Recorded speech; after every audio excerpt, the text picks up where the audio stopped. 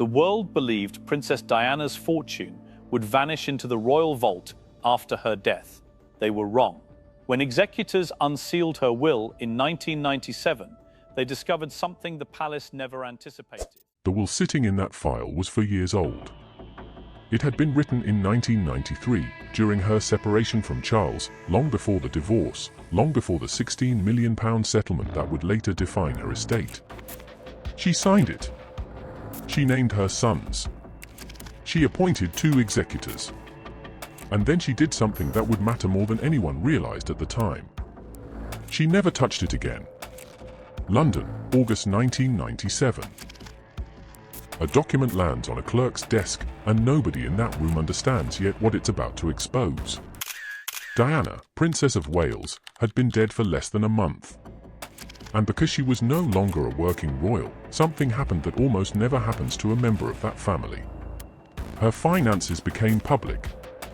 Her will, ordinarily a private matter sealed behind palace walls, was filed where anyone could request a copy. Lawyers could read it. Journalists could read it. The entire world could read it. Everyone assumed it would be airtight. She was one of the most photographed women on earth.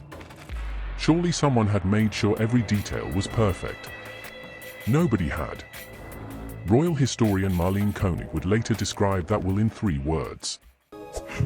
Right. Questions, here we go.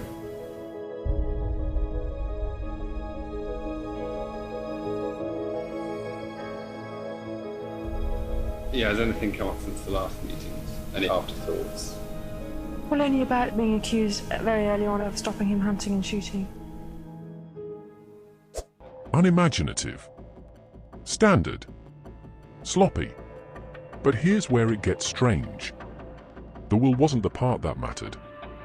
Because the day after Diana signed it, she sat down and wrote something else. A private letter. Addressed to her executors.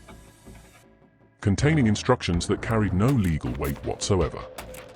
Lawyers call it a letter of wishes. It's not a will. It's not binding. A court can't enforce it. An executor can read it from beginning to end and legally do whatever they want instead. So why would Diana bother writing one at all? Because some things you can't put in a legal document. Some instructions are too specific, too personal, too human for the cold language of probate court. A letter of wishes is where you say the quiet part. Where you tell the people you trust what your money can't say on its own. Diana trusted 2 people with that letter. Her mother and her eldest sister. I want you to sit with that for a second, because it's going to matter very soon. Before we go further, I want to ask you something simple. If you wrote a letter like that, asking the people closest to you to do one specific thing with what you left behind, do you think they'd actually do it? Drop a yes or no in the comments. I want to know what you'd expect from the people you trust most. Do you think Mrs. Parker Bowles was a factor in the breakdown of your marriage? Well, there were 3 of us in this marriage, so it was a bit crowded. Here's what nobody tells you about that letter. It wasn't vague. It wasn't sentimental fluff. It contained a precise, specific instruction about exactly how her personal belongings should be divided. Not the money. Not the trust. The personal things. The jewelry. The clothes. The items that actually touched her life. 75% to her sons. 25% to 17 children who weren't hers by blood, but who she had chosen herself. Her godchildren. People she'd held at christenings. People whose family she'd known for years. People she clearly wanted remembered. That request sat inside a letter with no legal teeth at all. And somewhere between her funeral at Westminster Abbey and the quiet administrative work that follows every death, regardless of how famous you are, a decision got made about that letter. A decision nobody voted on publicly. A decision that never made headlines at the time. A decision 2 people were fully, completely, legally allowed to make. They simply didn't have to honor it. Diana had spent her entire adult life learning exactly how this institution worked. She'd watched it choose silence over protection. She'd watched it pick the people it needed and discard the ones it didn't. She thought she'd found a way around it, this time with a piece of paper the system couldn't touch. She was wrong, because the system didn't need to touch it. All it had to do was nothing. What happened to that letter, and to the 17 children waiting for something to remember her by, is where this story actually begins. Not with a car in a Paris tunnel. Not with a funeral watched by 2.5 billion people. With a piece of paper nobody was legally required to read twice. And what came next would determine, almost by accident, which of her 2 sons would eventually walk away from the very institution that had spent 36 years slowly destroying his mother. But first, you need to understand exactly how much money we're talking about. Because the number is bigger than anyone expected. And almost half of it was about to disappear before her sons ever saw a single pound of it. £21 million. That's what Diana's estate was worth in August of 1997. Roughly $31.5 million at the time. Cash, investments, jewelry, clothing, and the £16 million settlement she'd received just 1 year earlier when her marriage to Charles legally ended. On paper, that's a fortune built to last generations. In practice, nearly half of it was about to vanish before either of her sons saw a single pound. Taxes. Legal fees. The ordinary, grinding machinery of probate that doesn't pause for grief, doesn't care whose name is on the file, doesn't make exceptions for a woman the entire world had just watched get buried. But here's the part that should make you angry. It didn't have to happen this way. Under UK law, there was a specific provision that applied to Diana's situation.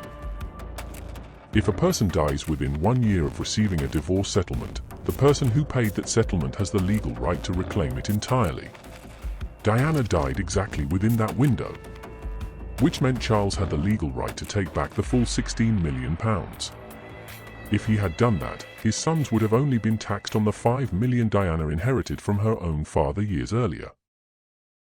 Charles could have reinvested the larger sum separately, protected it, structured it properly, the way the institution structures everything it actually wants to protect.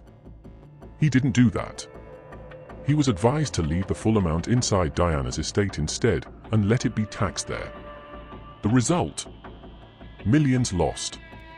Millions that belonged to 2 boys who had just lost their mother in the most public death of the decade. I want you to sit with that for a moment, because we're going to come back to it. Even what survived the tax didn't reach William and Harry cleanly, either. The principle itself, the real weight of the inheritance, stayed locked until they turned 30. 5 extra years. 5 years during which one of those brothers would have desperately needed that money sooner than anyone could have predicted. By the time they finally gained full control, each son received approximately £10 million.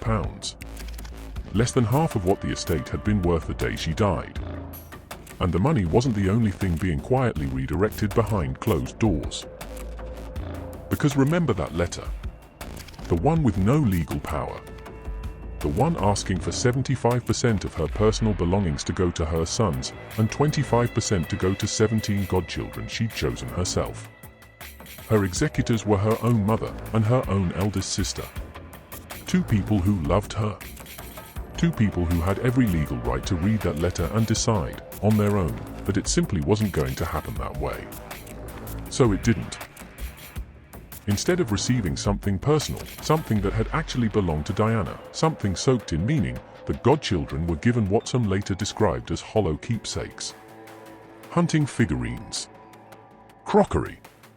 Coffee service items pulled from storage. Diana had tried to make sure 17 children would carry a piece of her forward. Only her sons truly did. And even the most symbolic object she owned followed its own strange, delayed timeline. Her wedding dress, with its dramatic 25-foot train, didn't pass to her sons right away either. For years, it belonged to her brother, displayed annually at the family estate, loaned out to museums and exhibitions, raising money for causes that had nothing to do with William or Harry directly. It wasn't until Harry's 30th birthday that the dress finally reached the hands of Diana's sons. Some of her intentions did survive, quietly, in smaller objects. William proposed to Kate using Diana's own sapphire engagement ring. Harry placed 2 diamonds from his mother's personal collection on either side of the stone he chose for Meghan.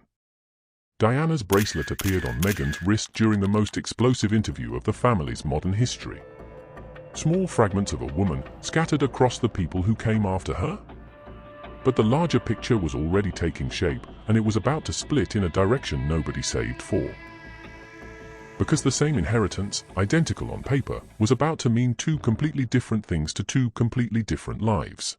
The press were being unbearable, following my every move. Is there any possibility of any announcement of your marriage in the near future? Can you tell me? He sat me down, he said, "Will you marry me?" I thought the whole thing was hysterical, getting married. It was so grown up. William's portion folded quietly into a future that had already been fully funded since the day he was born. The crown was always going to be his. The money changed nothing about his path, because his path never needed changing. Harry was different. Harry had spent his entire life inside the exact institution that had slowly, methodically worn his mother down. He'd watched it happen as a child.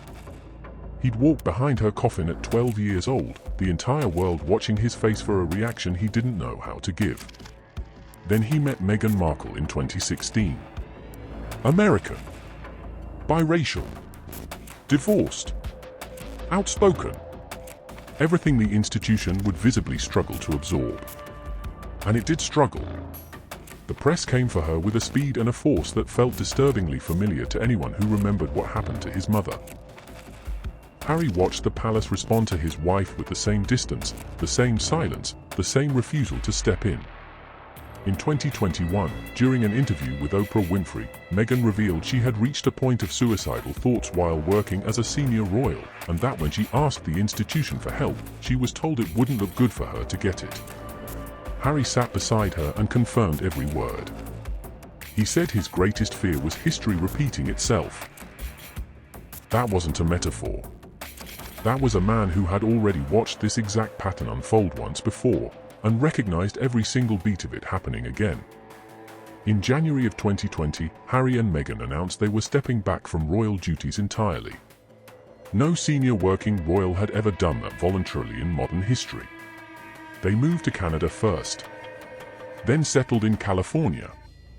They signed deals with Netflix and Spotify worth a combined $100 million. In January of 2023, Harry published his memoir. It became the fastest-selling non-fiction book in UK publishing history. None of it would have been possible without something underneath him the moment he jumped. In that same Oprah interview, Harry said it plainly. He would not have been able to do any of it without his mother's money. Diana's inheritance was what let him breathe in those first terrifying months outside the only system he'd ever known. She never got that chance herself. The settlement that funded his exit arrived in her own life just 1 year before she died. She never got to use her own freedom. He got what she never did. And he used it exactly the way every piece of evidence suggests she would have wanted. The will was sloppy. The letter was ignored. The godchildren were forgotten. Millions disappeared into tax law that didn't have to apply the way it did. The trust was delayed 5 years past the date she'd intended. And still, somehow, enough reached one son at exactly the moment he needed it most. At her funeral, her brother stood inside Westminster Abbey and made a promise in front of the entire world. That her boys would not be consumed by duty and tradition. That they would remain, in his words, their mother's boys. One of them became exactly that, in the most literal way imaginable. Diana left her estate to both sons equally. Only one of them used it to leave. She never wrote new instructions. She never restructured anything. She never explained what the money was supposed to do once it finally reached his hands. It didn't need explaining, because in the end, it did exactly what she had spent her entire adult life trying to do, and never lived long enough to finish. It protected one of her sons from the very system that destroyed her. Not the money alone. The fact that it actually worked. And that's where this story would normally end. Except there's one more document connected to Diana's estate that almost nobody talks about, one that involves a home neither of her sons will ever inherit, no matter how much money eventually reached them. a home she grew up in, a home she's buried on, and a very specific reason it was never going to be theirs in the first place. That's next. Got it, expanding chapters 2 to 5 with more procedural detail, sensory beats, and slower pacing between revelations, same facts, same voice. Roughly doubling length per chapter. Here's the expanded version, continuous prose, first-person narrator throughout. £21 million. That's what Diana's estate was worth in August of 1997. Roughly $31.5 million at the time. Cash, investments, jewelry, clothing, and the £16 million settlement she'd received just 1 year earlier when her marriage to Charles legally finally ended. On paper, that number looks like security. It looks like a fortune built to outlast a generation, maybe two. In practice, nearly half of it was about to disappear before either of her sons ever touched a single pound of it. Not stolen. Not hidden. Nothing illegal happened here at all. That's what makes it so unsettling. Taxes. Legal fees. The slow, indifferent machinery of probate that doesn't pause for grief, doesn't soften because 2.5 billion people just watched the funeral, doesn't care whose name sits at the top of the file. The system doesn't stop to mourn. It just processes. But here's the part that should genuinely bother you. It didn't have to go this way. Under UK law, there's a specific provision that applied directly to Diana's situation. If a person dies within 1 year of receiving a divorce settlement, the person who paid that settlement holds the legal right to reclaim it. Not request it. Reclaim it. Fully. Automatically available the moment the right paperwork is filed. Diana died within exactly that window. 11 months and change after the settlement cleared. Now that she's passed, there's a whole generation of people that are growing up that never knew Diana. Yes. So I wanted to put my story out there, and it is a story of love for these two incredible, unique, inspirational women of our time. Which means Charles had the legal standing to take back the entire £16 million. Picture that decision for a second. A single signature, a single instruction to his legal team, and millions would have been protected instead of taxed away. If he had reclaimed that money, his sons would have only been taxed on the $5 million Diana had inherited from her own father years earlier. Charles could have reinvested the larger sum separately, structured it properly, protected it the way the institution protects everything it actually intends to keep. He didn't do that. He was advised to leave the full amount sitting inside Diana's estate and let the tax authority take its share there instead. I want you to really hear that. Not a villain twirling a pen. Not a single dramatic moment. Just advice, quietly accepted, that cost two grieving boys millions of pounds they would never see. The result was simple arithmetic with a devastating outcome. Millions lost. Millions that belonged to two children who had just buried their mother in front of the entire planet. And the money wasn't the only thing being quietly redirected behind those closed doors. Even what survived the tax didn't arrive cleanly either. Diana's intention, written plainly into the will itself, was that her sons would gain full access to the remaining trust the moment they turned 25. That was the plan. That was what she'd signed off on. That is not what happened. Her executors applied for something called a deed of variation. It sounds bureaucratic because it is bureaucratic. A quiet legal mechanism that pushed full access back by 5 additional years. The brothers could draw interest from the trust starting at 25, a trickle, not the full weight of what was owed to them. The principle itself, the real substance of the inheritance, stayed locked away until they reached 30. 5 years doesn't sound like much when you say it quickly. Sit with it longer. 5 years during which one of those two brothers would come to need that exact kind of financial independence faster than anyone around him could have predicted. 5 years that very nearly didn't line up with the moment history actually demanded them. By the time the brothers finally gained full control, each received approximately £10 million. Less than half of what the estate had been worth on the day their mother died. a number that started at 21 million and quietly became 10, through nothing but ordinary paperwork, ordinary advice, ordinary decisions made by ordinary people who loved her. That's the part true crime stories rarely show you. No mask. No weapon. Just signatures. Now go back to that letter. The one with no legal power at all. The one Diana wrote with her own hand, one single day after signing her actual will. The one asking, specifically, that 75% of her personal belongings go to her 2 sons, and 25% go to 17 godchildren she had chosen herself, years earlier, one careful relationship at a time. Her executors were her own mother and her own eldest sister. 2 women who loved her completely. 2 women who, under English law, held every legal right to read that letter from beginning to end and decide, entirely within their authority, that it simply wasn't going to be honored exactly as written.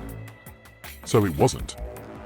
Instead of personal items soaked in meaning, items that had actually touched Diana's life, the godchildren received what some later quietly described as hollow keepsakes.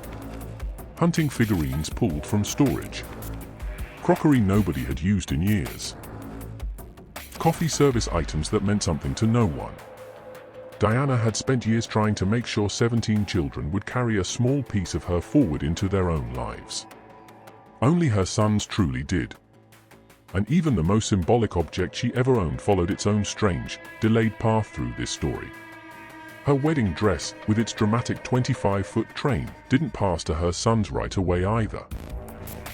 For nearly 2 decades, it belonged to her brother instead, displayed annually at the family estate, loaned out to museums and exhibitions around the world, raising money for causes that had nothing to do with William or Harry directly.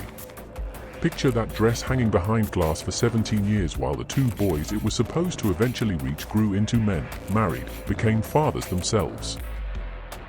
It wasn't until Harry's 30th birthday that the dress finally reached the hands of either son. Some fragments of her intention did survive, in smaller, quieter ways. William proposed to Kate using Diana's own sapphire engagement ring, the one she'd chosen herself from a catalogue instead of commissioning something custom, a small rebellion that outlived her by decades. Harry placed 2 diamonds from his mother's personal collection on either side of the stone he chose for Meghan. Diana's bracelet later appeared on Meghan's wrist during the single most explosive interview in the family's modern history. Small pieces of a woman, scattered carefully across the people who came after her, even while the larger picture of her wishes sat quietly buried in paperwork nobody was required to honor. And that larger picture was already splitting in a direction nobody had budgeted for. Because the same inheritance, identical in size, identical on paper, was about to mean 2 entirely different things to 2 entirely different lives. William's portion folded quietly into a future that had already been fully funded since the moment he was born. The crown was always going to be his, regardless of what arrived in any trust on any birthday. The money changed nothing structural about his path, because his path never needed changing in the first place. Harry was different. Harry had spent every year of his life inside the exact institution that had slowly, methodically, almost invisibly worn his mother down until there was nothing left to wear down. He'd watched it happen as a child too young to understand what he was watching. He'd walked behind her coffin at 12 years old, the entire world studying his face for a reaction he didn't know how to give them, because no one had taught him what this particular kind of grief was supposed to look like in public. Then in 2016, he met Meghan Markle. American. Biracial. Divorced. Outspoken. Everything the institution would visibly, audibly struggle to absorb into its careful, centuries-old machinery. And it did struggle. The press came for her with a speed and a force that felt disturbingly, uncomfortably familiar to anyone who remembered exactly what had happened to his mother decades earlier. Harry watched the palace respond to his wife with the same distance. The same silence. The same quiet refusal to step in and protect the person who needed protecting. In 2021, during an interview with Oprah Winfrey, Meghan revealed she had reached a point of suicidal thoughts during her time as a working royal, and that when she went to the institution asking for help, she was told it wouldn't look good for her to receive it. Harry sat beside her and confirmed every single word. He said his greatest fear was history simply repeating itself. That wasn't a metaphor for the cameras. That was a grown man who had already lived through this exact pattern once before, recognizing every beat of it happening again in real time, to the person he loved. In January of 2020, Harry and Meghan announced they were stepping back from royal duties entirely. No senior working royal had ever done that voluntarily in modern history. Not once. Not in living memory. They moved to Canada first, then settled in California. They signed deals with Netflix and Spotify worth a combined $100 million. In January of 2023, Harry published his memoir. It became the fastest-selling non-fiction book in the entire history of UK publishing. None of that happens without something solid underneath him the moment he jumped. In that same Oprah interview, Harry said it plainly, without flinching. He would not have been able to do any of it without his mother's money. Diana's inheritance was what let him breathe during those first terrifying, uncertain months outside the only system he had ever known. She never got that chance herself. The settlement that eventually funded his exit had arrived in her own life just 1 year before she died in that tunnel in Paris. She never got to use her own freedom. He got what she never did. And by every available piece of evidence, he used it exactly the way she would have wanted him to. The will was sloppy. The letter was ignored. The godchildren were quietly forgotten. Millions disappeared into tax law that didn't have to apply the way it ultimately did.